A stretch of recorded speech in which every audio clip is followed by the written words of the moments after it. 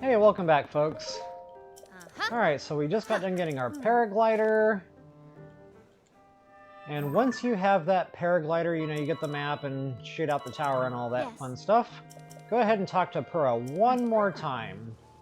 This is going to kind of trigger a bunch of stuff to happen in the King's Landing area, or Knight's Landing, or Lookout Landing area here.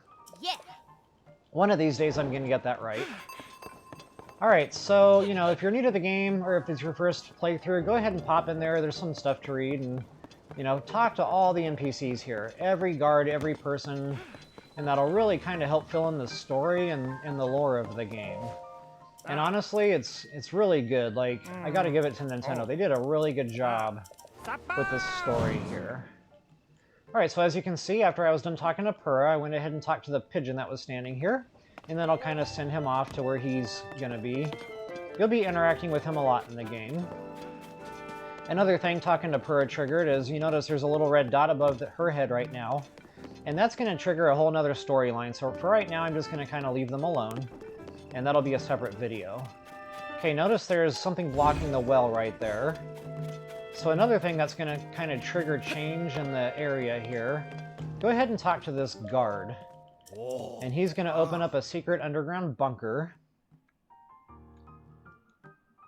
And that'll give us access to all sorts of goodies. You're going to have a cooking pot in there, a good cooking pot that you don't have to worry about, you know, getting rained on. And it's going to have a goddess statue in there. As a matter of fact, I do believe we have 3 or 4, excuse me, light orbs or whatever they're called in this game. So we can actually get a heart container or a stamina vessel at this point. Okay, so notice now the well no longer has anything blocking it. You could absolutely go in that well now if you'd like. And the reason I'm pointing that well out is because that's how you access this treasure chest that's right under my feet here. That is a royal broadsword. But for right now, I'm going to leave that bad boy, you know, just right there, safe and sound. Reason being is right after here, we're going to be hitting some really amazing loot spots. And we're going to have more there than we can actually carry out. So for right now, again, I just like to leave that one safe and sound right where it is. Okay, now you might be wondering why I'm going right for the stamina vessel. The folks who know me from Breath of the Wild know the power of stamina is a thing. So guys, my best advice is go for that stamina right out the gate. You know, 4 hearts versus 5 hearts, you know, that might make just a little bit difference in combat from time to time. Maybe it will, you know, it will have saved you from dying sometimes. Maybe it won't. But boy, that extra stamina, that's your everything, guys. That is your sprinting, that is your flight time, that is your climbing ability, that is your charge attacking, that is your aerial bow and arrow archery. It's just your everything. So, you know, that's my best advice. Go for that stamina. You know, to a degree. In this game, the hearty ingredients for extra heart meals aren't quite as abundant. But in this really awesome loot spot I just mentioned, there are going to be some hearty ingredients there. So that'll kind of get us going with extra hearts. Alright, so there is, you know, if you're talking to everyone, doing everything, you can go ahead and talk to the chef here. And assuming you actually have an apple on your person, you can finish this little side quest right away.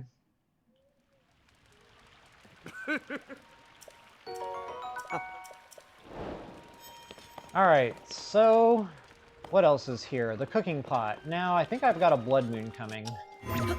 If it's not tonight, it's awful close to tonight.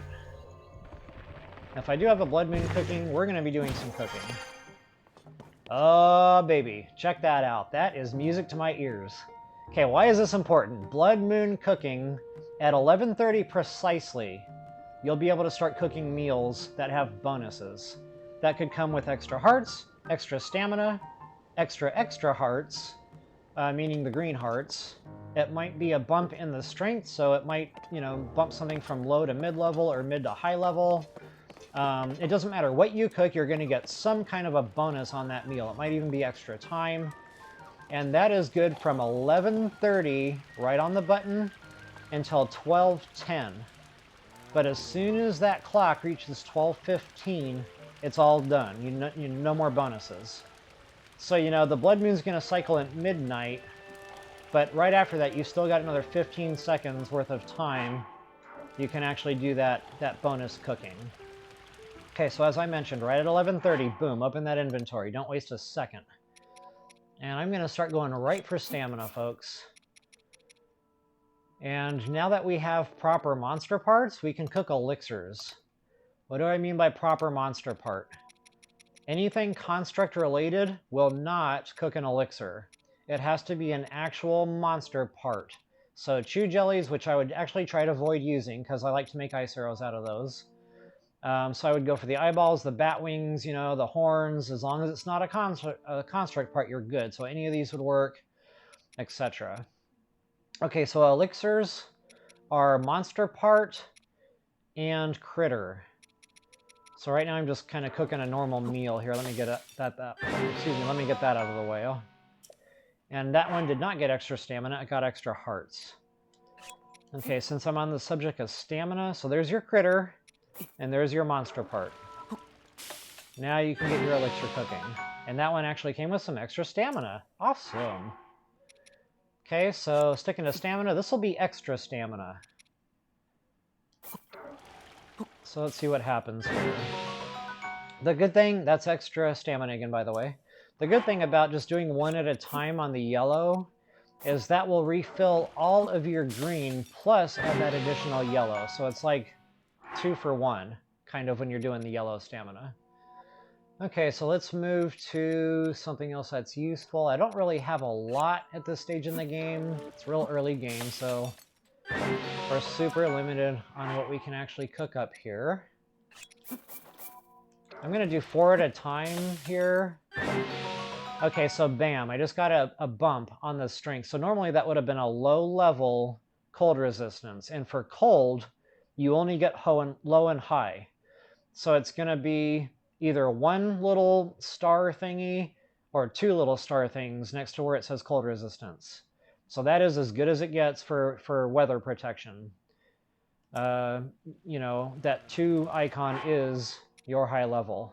Now everything else, and I'll show you that here now, everything else is going to be low, mid, and high level. So if you only get 2 little icons, that's only mid level. So you actually need 3 icons there to get something high level. And I don't normally use these meals, so I'm not going to really bother cooking anymore. I prefer to just throw light bloom seeds out when I'm in a dark situation. All right, what else can I get going? Maybe some speed. Oh, and here's another little trick to elixirs, guys. You can toss food in with the elixir as long as you've got your critter and your monster part already in there. So you have to have the base for an elixir already going for you.